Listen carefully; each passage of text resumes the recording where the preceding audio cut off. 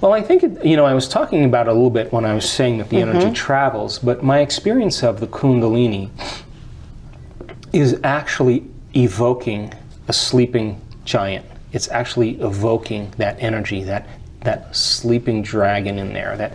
And so if you're 5% conscious mind and 95% subconscious mind, and the body has been conditioned to be the mind, and you memorize emotions from your past, you have an experience that creates a mood and a temperament and becomes a personality because you're reacting with one long emotional state, and your body's in the past, right? So the emotions then we wear layer by layer, and emotions are energy. So there's all this energy stored in the body. So here's 5% and here's 95%. So then as you begin to coax that energy from the body as an energy, going from survival to creation, from particle to wave, from matter to energy, and you have a target to begin to elevate that energy and draw it up, whether through a breath or through a discipline in some way, your breath or your intention becomes the act of using your body as an instrument of consciousness. And instead of letting that energy leak out in an orgasm or leak out in digestion or leak out, any of those are bad, by the way. But if you're making the conscious effort to turn that energy and drive it in a different direction or draw it up in a different direction, that the action with intention will start to disturb that energy. It'll start to loosen that energy. And if you and I can get out of the way, like really as an identity become nobody, no thing, no time, it's selfless, right, then energy has to go back from whence it came.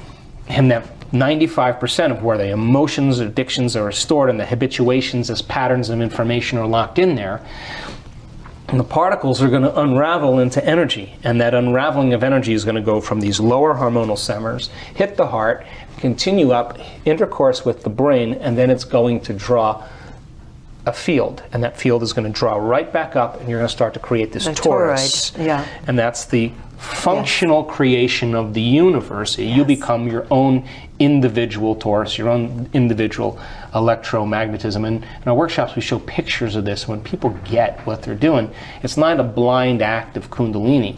And we had one lady just have the most amazing Kundalini in one of our workshops. I was watching her, I was watching her do it.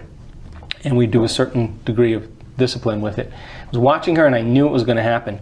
And that energy went right into her brain, and then it happened again and it happened again. And we sat down and had dinner she came and sat with us at the dinner with my staff, and she leaned over to my assistant and she said, "Another one of those and I'm not going to need a husband." The interesting thing behind it all is that this whole idea that Kundalini is bad for you, that's an old stigma that you're going to get possessed, and there's just a bunch of crap that goes on with that.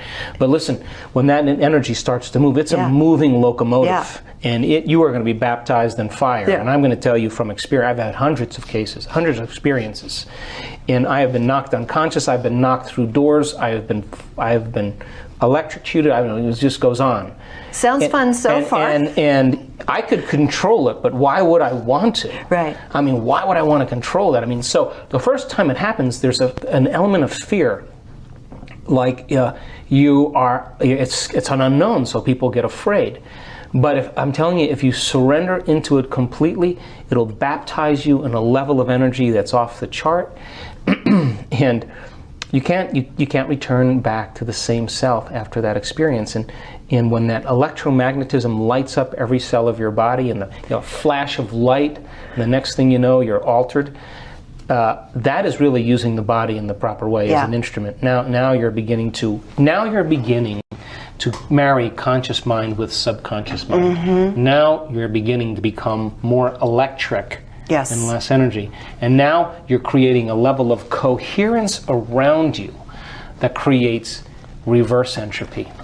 Now you're no longer living by the laws of thermodynamics. You're living by the laws of energy. And I don't care if you eat the chocolate bar. I don't care if you drink the poison. I don't care. Your body is immune now because your body is more of an energetic field now. And that's what the mystics have been talking about.